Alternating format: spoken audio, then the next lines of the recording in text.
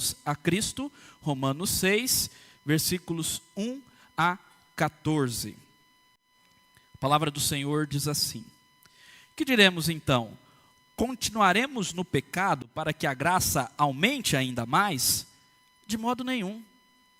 Como viveremos ainda no pecado, nós que já morremos para ele? Ou será que vocês ignoram que todos nós que fomos batizados em Cristo Jesus, fomos batizados na sua morte? Fomos sepultados com ele na morte pelo batismo, para que como Cristo foi ressuscitado dentre os mortos pela glória do Pai, assim também nós andemos em novidade de vida. Porque se fomos unidos com ele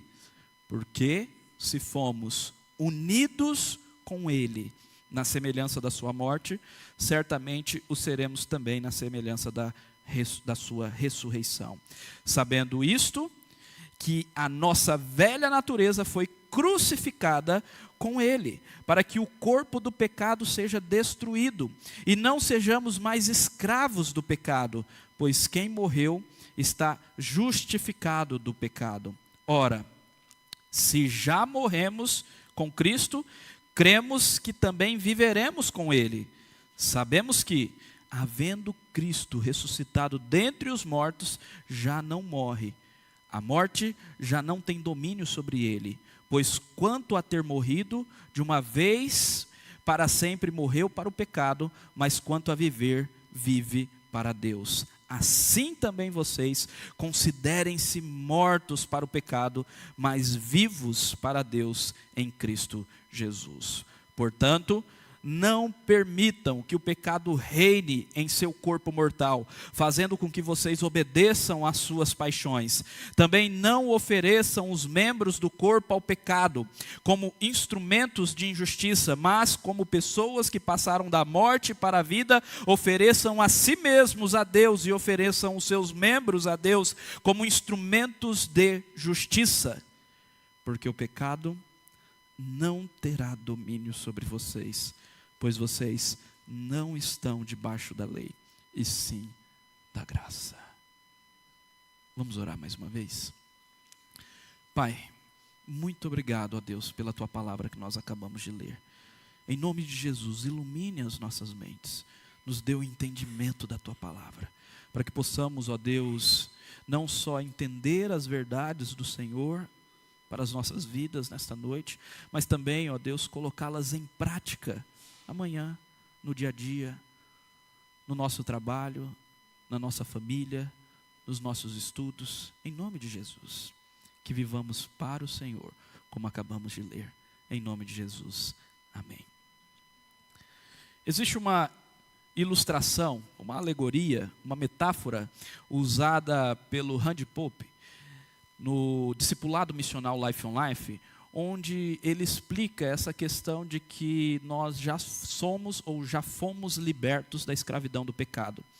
Ele compara isso com um navio no qual antes, a nossa vida como um navio, no qual antes havia um capitão ruim, um capitão mau, um capitão tirano.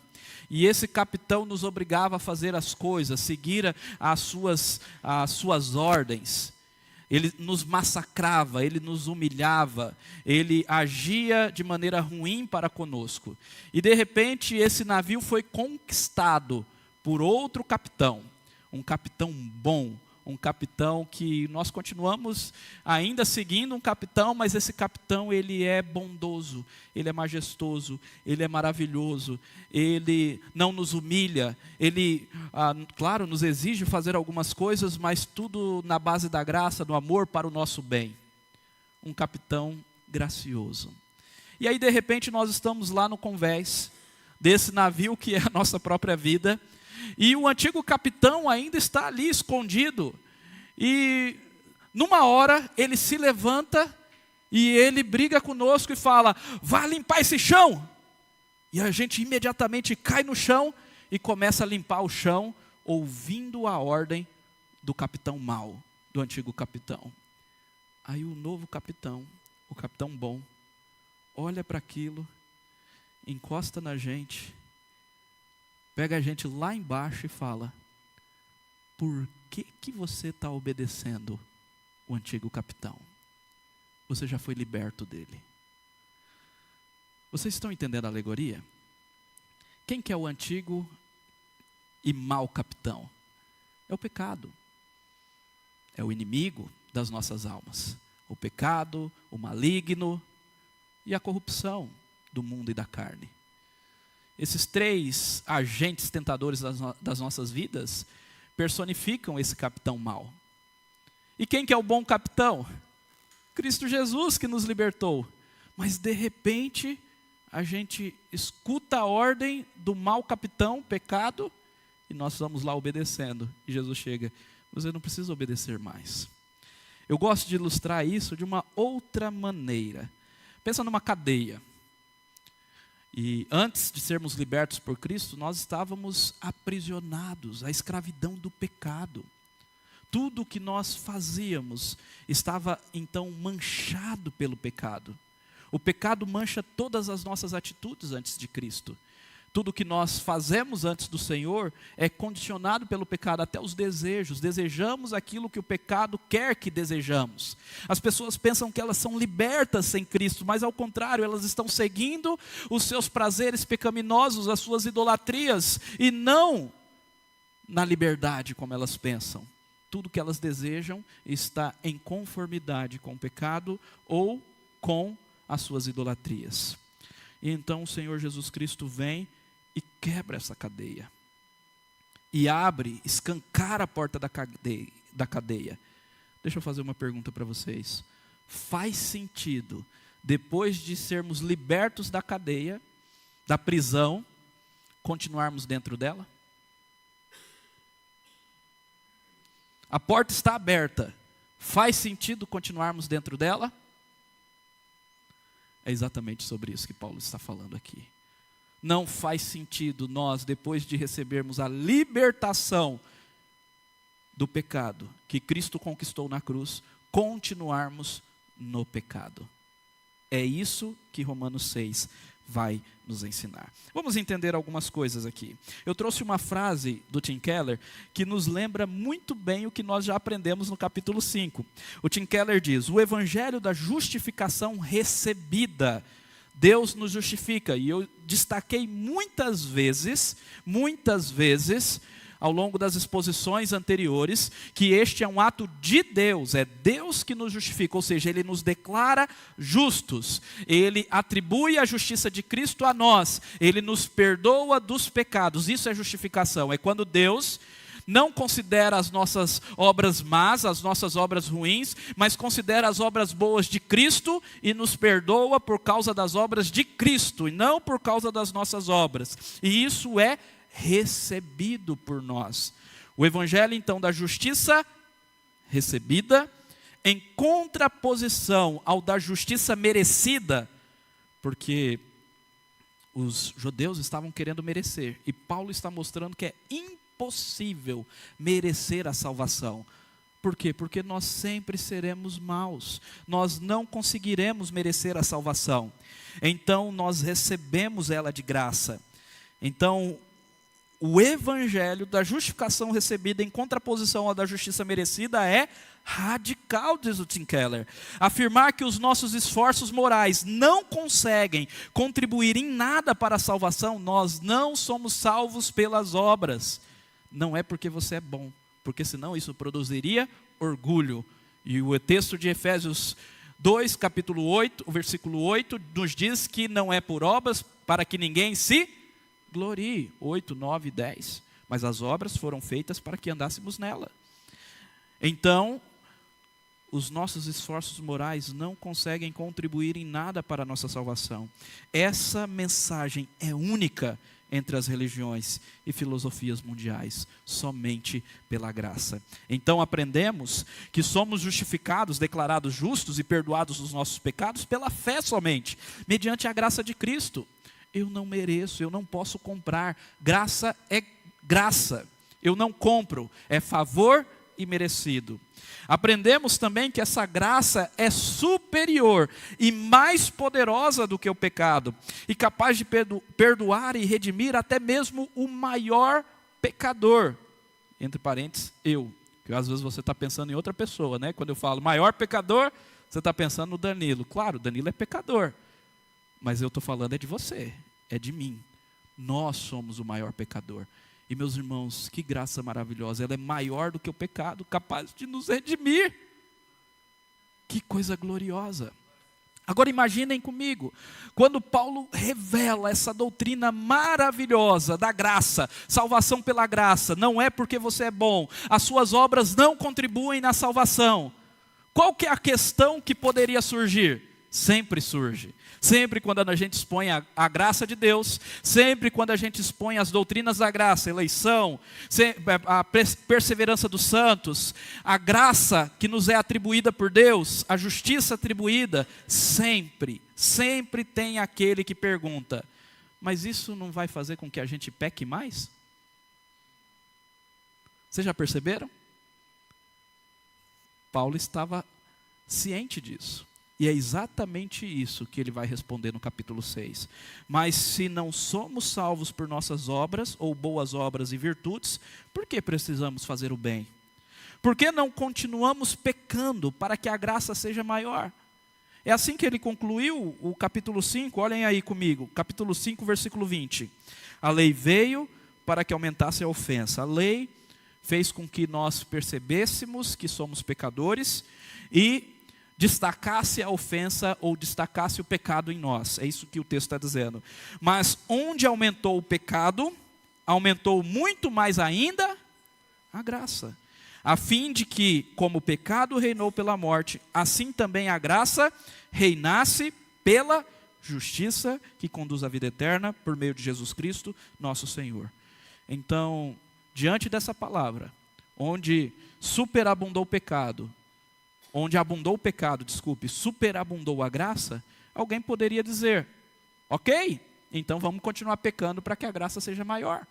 E é exatamente sobre isso que Paulo vai destacar, ou vai falar, vai contrapor no capítulo 6. Ele vai dizer que não, porque a grande ênfase dele é porque nós estamos unidos com Cristo.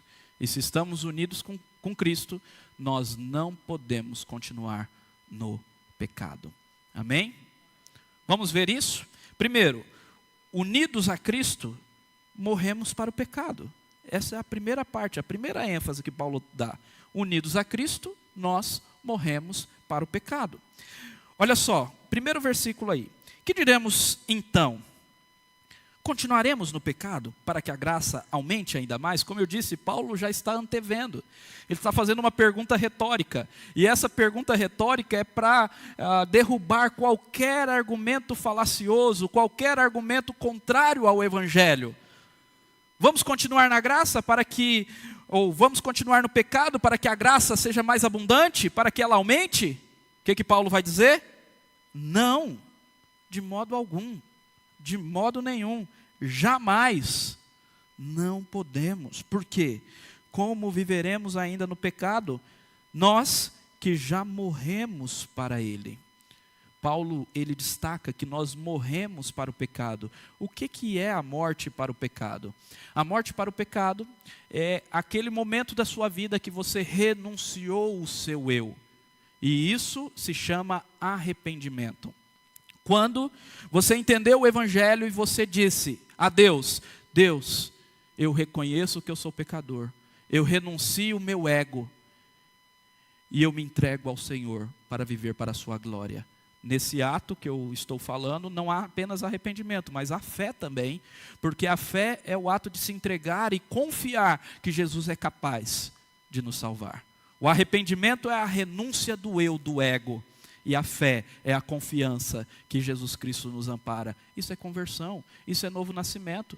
Nós cantamos isso, uma música que gosto bastante, quando cantamos aqui, do Resgate, que diz, hoje a morte do meu ego está fazendo aniversário. O que o autor dessa música está falando? Ele está refletindo sobre o quê? Está refletindo sobre a sua conversão. Quando foi a morte do seu ego? Quando ele se arrependeu do seu pecado e creu em Cristo Jesus e mudou de vida. Ele disse, eu não serei mais o Senhor da minha vida. Cristo Jesus vai ser o Senhor da minha vida. E aí deixa eu te perguntar uma coisa. Você já creu? Você já se arrependeu? Ou você ainda é o Senhor da sua vida? Deixa eu falar uma coisa bem séria com vocês. Não tem aquele senhor mau do navio que te humilha, que te joga para baixo, que te dá chibatada? Escutem bem isso. É você mesmo. Você é o senhor mau. A pergunta é: você ainda é o capitão da sua vida? Ou você já entregou o navio da sua vida para o capitão bom? Isso é a morte do ego. Isso é a morte que esse texto está nos dizendo. Agora observe que Paulo vai conectar isso a Cristo, a morte de Cristo. E aqui nós temos uma lindíssima teologia, que é a teologia da união com Cristo, que é a doutrina da união com Cristo. Quando Paulo nos mostra que somos unidos com Cristo em sua morte, por isso que quando ele morreu pelos nossos pecados, nós também morremos para o pecado. E ele vai falar isso a partir agora do versículo 3. Do versículo 3, quando ele diz: ou será que vocês ignoram que todos nós que fomos batizados em Cristo Jesus, nós que já fomos salvos, entendam o batismo aqui não necessariamente como batismo em água, mas o batismo que nos faz cristãos, o batismo com o Espírito Santo. Todos nós que fomos batizados em Cristo Jesus, fomos batizados também em sua morte. Ou seja, se nós somos crentes, nós também morremos juntamente com Cristo. É isso que Paulo está dizendo. Fomos sepultados com Ele. Sepultados com Ele na morte pelo batismo, para que, como Cristo foi ressuscitado dentre os mortos pela glória do Pai, assim também nós andemos em novidade de vida. O que Paulo está dizendo? Com Cristo nós morremos. Espiritualmente fomos batizados na morte de Cristo, sepultados para o pecado. Entenda isso como algo espiritual mesmo, não é literal, você não morreu lá literalmente, porque você está vivo aqui. Mas espiritualmente você morreu juntamente com a morte de Cristo para o pecado. Assim como Cristo morreu, pagando o preço do nosso pecado, ali na cruz, você foi liberto do pecado, morreu para Ele. A ideia é de que você só é liberto de um Senhor, ou se o Senhor morrer, ou se você morrer. E o que a Bíblia nos revela é que na cruz os dois morreram. O Senhor morreu, porque Cristo derrotou o pecado, e você morreu com Cristo, para ressuscitar para a vida. Uma ênfase que me faltou aqui nos versículos 1 e 2. Nós que somos de Cristo, nós não vivemos na prática do pecado, justamente por causa disso. Porque nós já morremos para o pecado. O que é viver na prática? Não significa dizer que nós não pecamos. Eu e vocês, todos nós pecamos, não é verdade? Pecamos semanalmente, mas nós não vivemos na prática do pecado. O que é isso? Pecado na vida do crente é acidente. O que significa dizer isso? Vou dar um exemplo. Eu não saio de casa assim: hoje eu quero bater meu carro. Hoje eu vou tacar aquele carro em cima de um poste. Hoje eu vou acertar alguém na rua. Hoje eu vou capotar o carro. Você sai falando assim, Wade? Wade é radical dirigindo. Você sai falando assim? Você quer fazer isso? Você deseja bater o carro quando você sai da sua casa? Mas e se por acaso você bater? O que aconteceu? Um acidente. É exatamente isso. O pecado na vida do crente é um acidente. É um acidente, às vezes, sim, por causa da pouca oração, da pouca devoção, da frieza espiritual. Mas o crente genuíno e verdadeiro não vive na prática do pecado, deliberadamente, continuamente, pecando. Não. Esse texto não está falando, na verdade esse texto está refutando isso. Está refutando essas pessoas que buscam a libertinagem. Claro que esse texto não está falando também para nós cairmos no perfeccionismo, no legalismo, do moralismo. Paulo foi contra essas coisas. Contudo, o texto está dizendo o oposto. O extremo oposto também está errado. A libertinagem. a imoralidade, o mundanismo. Nós precisamos viver para Deus. Então não vivemos na prática do pecado. Lá em 1 João 3, 8 e 9, diz exatamente isso, que o crente verdadeiro não vive na prática do pecado, porque Cristo nos alcançou.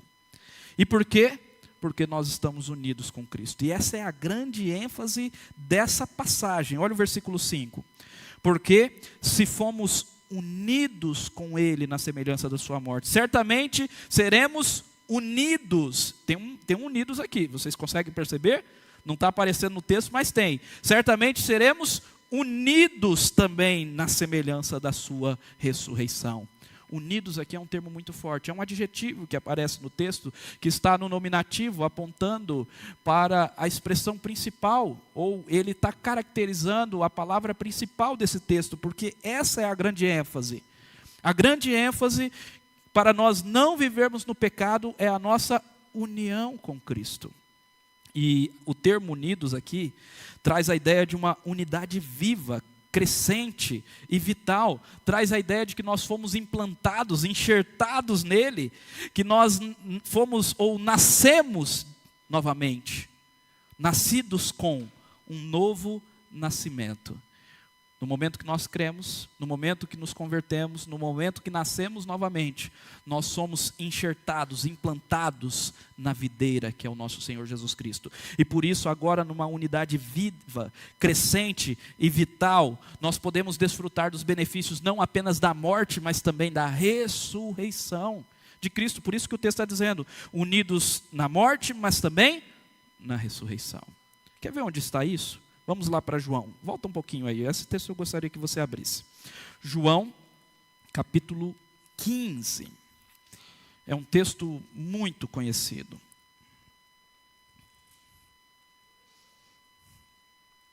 João 15, vamos ler até o versículo 5. João 15, 1 a 5. A palavra do Senhor diz assim: eu sou a videira verdadeira. É Jesus falando aos seus discípulos. E o meu Pai é o que cuida da vinha. Todo ramo que estando em mim não der fruto, Ele corta. E todo o que dá fruto, Ele limpa, para que produza mais fruto ainda. Vocês já estão limpos, por causa da palavra que tenho falado. Permaneçam em mim, e eu permanecerei em vocês. Como o ramo não pode produzir fruto de si mesmo, se não permanecer na videira, assim vocês não podem dar fruto, se não permanecerem em mim. Eu sou a videira, vocês os ramos. Quem permanece em mim, e eu nele, esse dá muito fruto. Vamos falar todos juntos essa última parte? Porque sem mim, vocês não podem fazer nada. Mais uma vez, porque sem mim vocês não podem fazer nada. É isso que o texto está dizendo, nós fomos unidos a Cristo. E a nossa santidade, a nossa vida está nesse fato de sermos unidos a Ele. Por isso, Paulo continua nos informando que agora a nossa velha natureza foi crucificada e literalmente ele diz, não somos mais escravos do pecado. Olha só o que ele diz, versículos 6 e 7. Sabendo isto, que a nossa velha natureza, a natureza pecaminosa, a natureza adâmica, nós vimos isso no sermão da semana passada, que por Adão entrou o pecado no mundo. Então essa velha natureza do velho homem, a natureza pecaminosa, essa natureza foi crucificada na cruz com ele, para que o corpo do pecado seja destruído. Aqui não entendam que Deus está falando que a carne é má, que o corpo é mau, que a matéria é má. Não é isso, não é platonismo aqui. Platão que diz que a matéria é má e tudo mais. Não, Deus criou todas as coisas boas. A matéria Deus criou boa. E nós seremos ressuscitados, então nós teremos corpo. O que ele está falando aqui, entenda o corpo do pecado como a massa do pecado, ou a quantidade do pecado, ou todos os nossos pecados foram então assim crucificados. Não que o corpo vai ser destruído e não vai ser ressuscitado, de maneira alguma, ok? Então para que todo o pecado seja destruído, e não sejamos mais escravos do pecado. Não somos mais escravos do pecado. Pois quem morreu está justificado do pecado, versículo 7. Se nós já morremos com Cristo, nós já recebemos a justificação. Não há condenação para aqueles que estão em Cristo Jesus. Olha só que interessante. O R.C. Sproul, ele diz assim: Cristo não morreu apenas pelos nossos pecados. Ele morreu pela nossa pecaminosidade. É isso que é o corpo do pecado, a massa do pecado, a nossa pecaminosidade como um todo. Ele não morreu apenas pelos nossos pecados legalmente, para nos conceder perdão, carregando a nossa culpa. Ele morreu para matar o nosso pecado original, a nossa incapacidade moral de seguirmos a lei, de obedecermos. Nossa natureza morta, corrupta, destituída, foi crucificada com Cristo na cruz. O velho homem recebeu o castigo de Deus no Calvário. Deixa eu explicar isso daqui um pouquinho mais, ainda refletindo e aprofundando nessa reflexão. A morte de Jesus resolve 3 problemas, não só a morte e a ressurreição de Jesus resolvem 3 problemas. Quais são? Primeiro, a nossa culpa. Nós sempre enfatizamos a culpa. Não há condenação para aqueles que estão em Cristo Jesus. Somos justificados, somos perdoados, não existe mais culpa. Você não deve mais nada a Deus, porque Cristo já pagou. Amém? Cristo já pagou. Ele te perdoou, você não deve mais. Mas a morte de Cristo também resolve o problema da alienação, da separação. Porque o pecado não só nos deixou endividados com Deus, culpados diante dele, mas também nos afastou de Deus, nos separou de Deus, nos distanciou de Deus. E a morte e a ressurreição de Jesus nos trouxe para junto de Deus, para termos um relacionamento com Deus. Por causa da sua morte e da sua ressurreição, nós somos e fomos reconciliados e unidos a Cristo. E por causa dessa união com Cristo, a terceira coisa, apareceu 2 novamente, mas a terceira coisa é nossa corrupção. Nós somos transformados e santificados. Culpa, alienação e corrupção. E é sobre a corrupção que o capítulo 6 está dizendo. O que é a corrupção? Quando vocês ouvirem corrupção, lembre da ferrugem. As coisas enferrujam. O ferro enferruja, as coisas se deterioram, o mofo existe, as coisas acabam, as coisas quebram, as coisas morrem.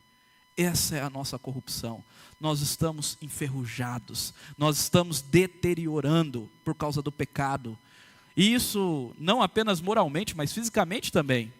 E a morte de Jesus veio resolver esse problema também. Veio nos resgatar da corrupção. Eu sempre falo, é uma palavra que não existe, mas eu gosto.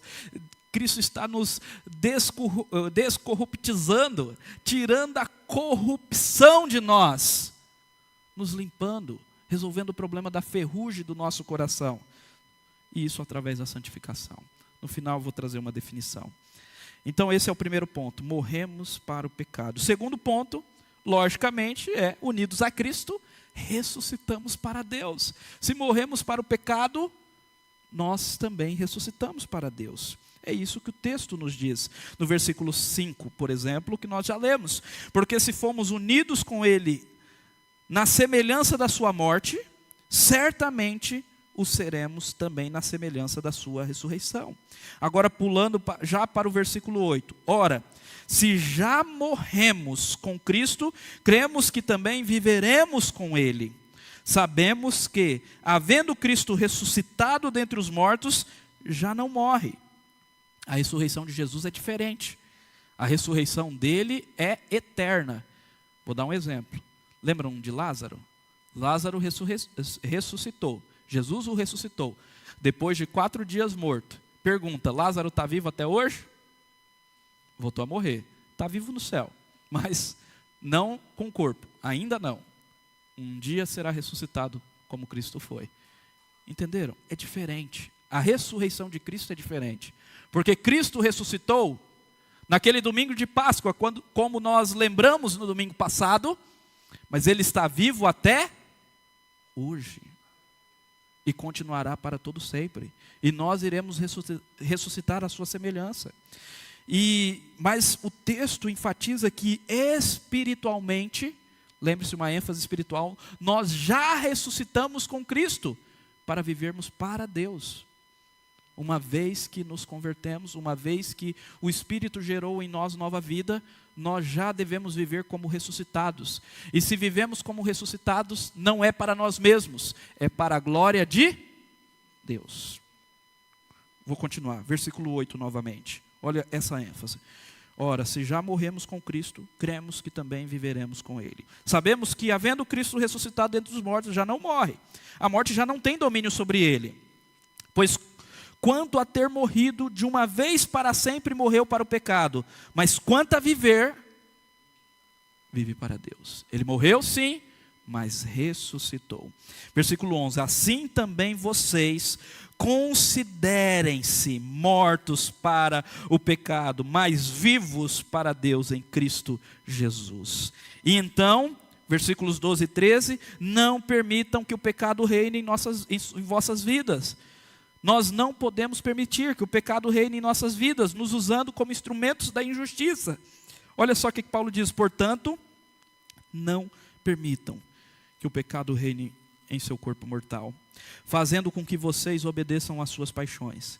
Também não ofereçam os membros do corpo ao pecado, como instrumento de injustiça, mas como pessoas que passaram da morte para a vida, ofereçam a si mesmos a Deus e ofereçam seus membros a Deus como instrumentos de justiça.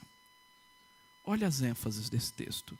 Ele está dizendo que nós não devemos permitir que o pecado reine em nossas vidas. Deixa eu explicar isso daqui. Sim, nós estávamos debaixo do poderio, do reinado do pecado, mas Cristo nos libertou. Quando Paulo escreve aos Colossenses, ele fala isso, que ele nos libertou do império das trevas e nos transportou para o reino do Filho do seu amor, para o reino do seu Filho amado. Sim, é uma mudança de reino. No versículo 21 do capítulo 5, nos é dito que o pecado reinou pela morte, mas a graça agora reina a todos os que creem. O reino de Deus se expande no mundo através da fé. Quando nós pregamos o Evangelho e pessoas se rendem ao nosso Senhor, o senhorio de Cristo cresce sobre este mundo e o reino se espalha, porque o reino já chegou. Então, o que Paulo está dizendo é: não reine o pecado em vosso corpo mortal. Não reine o pecado enquanto vocês ainda estão aqui. Não se submetam novamente a esse senhor mau. Lembrem-se da ilustração. Às vezes ele se levanta e quer nos ordenar a fazer coisas, nós podemos dizer: não. Sai para lá, pecado, porque eu sou de Cristo. Martin Lloyd Jones conta a história de quando houve a libertação dos escravos nos Estados Unidos, e que muitos escravos, depois de terem recebido a libertação, depois de a lei ter sido promulgada, muitos escravos, principalmente aqueles mais velhos, ao verem os seus senhores se aproximando, eles ficavam tomados de temor e se curvavam para eles. Porque apesar deles já terem recebido a libertação de escravos, ainda estava na cultura, ainda estava no hábito, ainda estava no coração deles a submissão àqueles senhores, e eles ainda tinham medo deles. É isso que Paulo está dizendo para nós: não se submeta mais a essa escravidão. Vocês já foram libertos do pecado, vocês podem não pecar. Não se submetam mais a essa escravidão. Eu quero mostrar para os irmãos uma ênfase muito legal desse texto. Esse texto ele fala que nós devemos saber, ele fala: sabendo isto, sabemos que, então ele nos mostra que nós devemos saber o quê? Que morremos com Cristo, saber que ressuscitamos com Cristo. E no versículo 11 ele diz que nós devemos considerar, assim também vocês considerem. E no versículo 13 ele diz que nós devemos oferecer. Quando ele fala: ofereçam a si mesmos a Deus. Ofereçam os seus membros a Deus como instrumentos da justiça. Então, primeiro a gente sabe, a gente toma conhecimento, precisamos saber. Conta-se também a história de que após a guerra ter terminado, alguns japoneses isolados numa ilha não sabiam que a guerra havia terminado. E ali naquela ilha chegou alguns soldados de outra nação e esses japoneses os receberam com bala.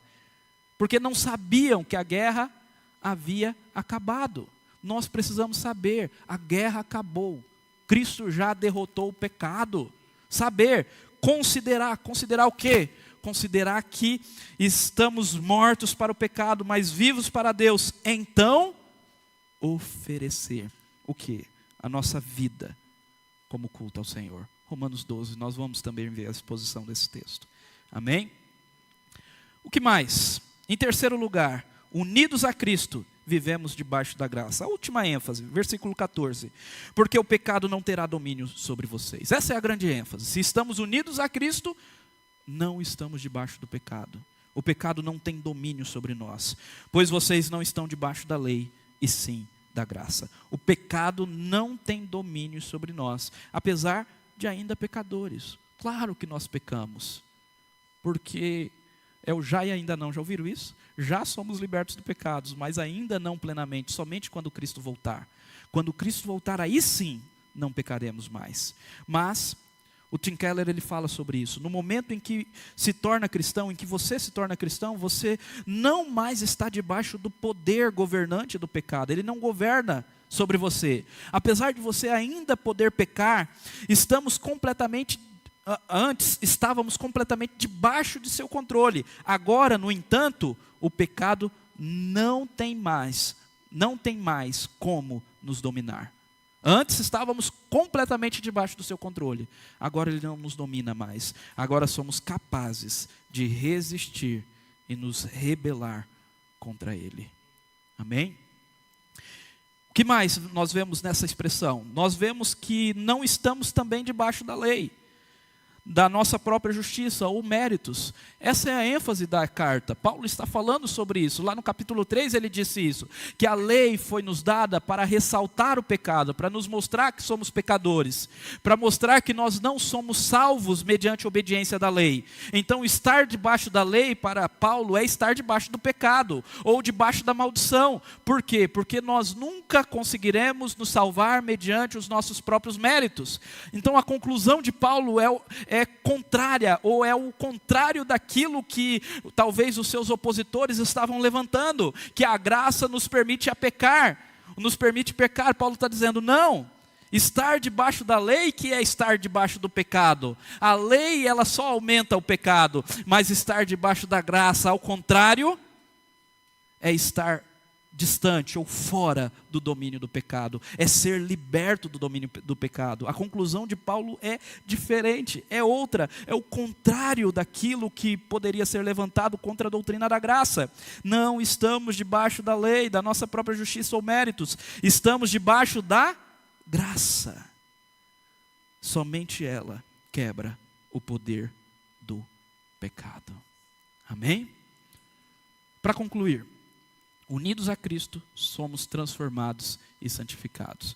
Tudo isso que eu estou falando aqui, meus irmãos, é a belíssima doutrina da santificação. E que doutrina é essa? Eu trouxe aqui uma definição. Essa definição fui eu mesmo que escrevi para os irmãos, para que os irmãos entendam o que é a santificação. E santificação é o processo paulatino, gradual, como nós vamos ver também na definição, pelo qual é Deus que nos santifica, através do Espírito Santo que habita em nós. Se você é crente, o Espírito já habita em você. Leia Romanos 8 que você vai ver isso. Ninguém é de Cristo sem ter o Espírito habitando no seu coração. Se o Espírito habita o seu coração, você pode dizer que você é de Cristo. Então, através do Espírito que já habita o nosso coração, após ter perdoado os nossos pecados, nos faz gradualmente semelhantes ao seu Filho, Cristo Jesus, nosso Senhor. Santificação é o quê? É o processo de nos fazer, de nos transformar à semelhança do seu Filho. Antes de concluirmos ou terminarmos com as aplicações, deixa eu falar uma coisa para vocês. Por que nós não podemos viver em pecado? Porque nós estamos unidos com Cristo. E Cristo é santo. Porque o Espírito Santo habita no nosso coração. E se Ele habita no nosso coração, como Ele vai conviver com pecado? Cristo é aquele amigo que nos muda. Você tem uma amizade muito forte com alguém? Um amigo muito íntimo? Cristo é aquele amigo que nos muda. Quando nós caminhamos com certas pessoas, com certos amigos, e amamos esses amigos e temos um relacionamento profundo, esses amigos nos mudam. Nós começamos a falar de maneira semelhante, nós começamos a agir de maneira semelhante, nós começamos a pensar de maneira semelhante. Somos influenciados sim pelas nossas amizades. Cristo é o nosso melhor amigo, nós até cantamos isso, não existe nada melhor do que ser amigo de Deus. Ele nos muda, Ele nos transforma. É impossível você andar ao lado de Cristo, você tomar o jugo, a canga, cadê o goianiense raiz, o goiano raiz? A canga, 2 bois, né? Nós somos o boi bravo, Cristo é o boi manso. Se nós andamos junto com Ele, nós vamos ser amansados. Nós vamos ser amansados, é isso que o texto está dizendo. É impossível tomarmos o jugo e andarmos com Ele, tomarmos a canga e andarmos com Ele, e continuarmos o mesmo. Se estamos continuando a mesma pessoa, com os mesmos desejos, sem sede de Deus, sem oração, sem leitura da palavra, cheio de impiedade, cheio de imoralidade, cheio de tantos outros pecados, significa que nós não temos um relacionamento com Cristo. Estamos nos enganando. Meus irmãos, o pior erro, o pior problema que religiosos podem ter é o auto-engano. Achar que está tudo bem e está tudo mal. Cuidado com o auto-engano, em nome de Jesus. Então, como Cristo foi ressuscitado dentre os mortos, pela glória do Pai, assim também nós andemos em novidade de vida. Saiba que você está unido com Cristo por sua graça, mediante a fé. Com Ele você morreu para o pecado e ressuscitou para viver para Deus. Amém? Considere que, apesar de você não ter sido salvo pelas suas boas obras, você foi salvo para fazê-las. Não são as boas obras que te salvam, mas você foi salvo para fazê-las. Seja instrumento da justiça de Deus. Coisa linda o texto diz: ofereçamos a si mesmos para sermos instrumentos de justiça, da justiça bondosa de Deus. Aleluia. Então ofereça a si mesmo e todos os seus membros, isto é, tudo o que você é, tudo o que você tem, para a glória de Deus e para o seu reino. Pregue, anuncie, transmita essa palavra. Busque a graça de Deus para viver em novidade de vida. Viver em novidade de vida é ter novas atitudes, novos desejos. Somos uma nova criatura, uma nova criação em Cristo Jesus. Nascemos de novo.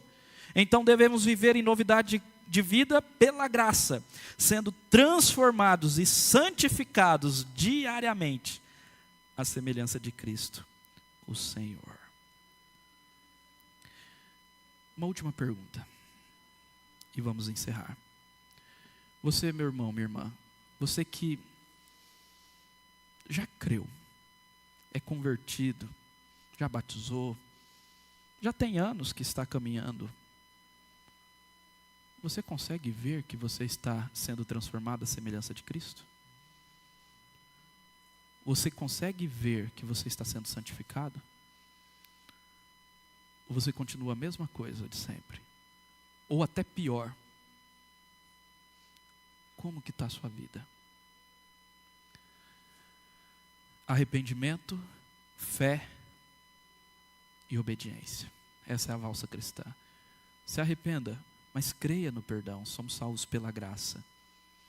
E obedeça. Curva sua cabeça e ore.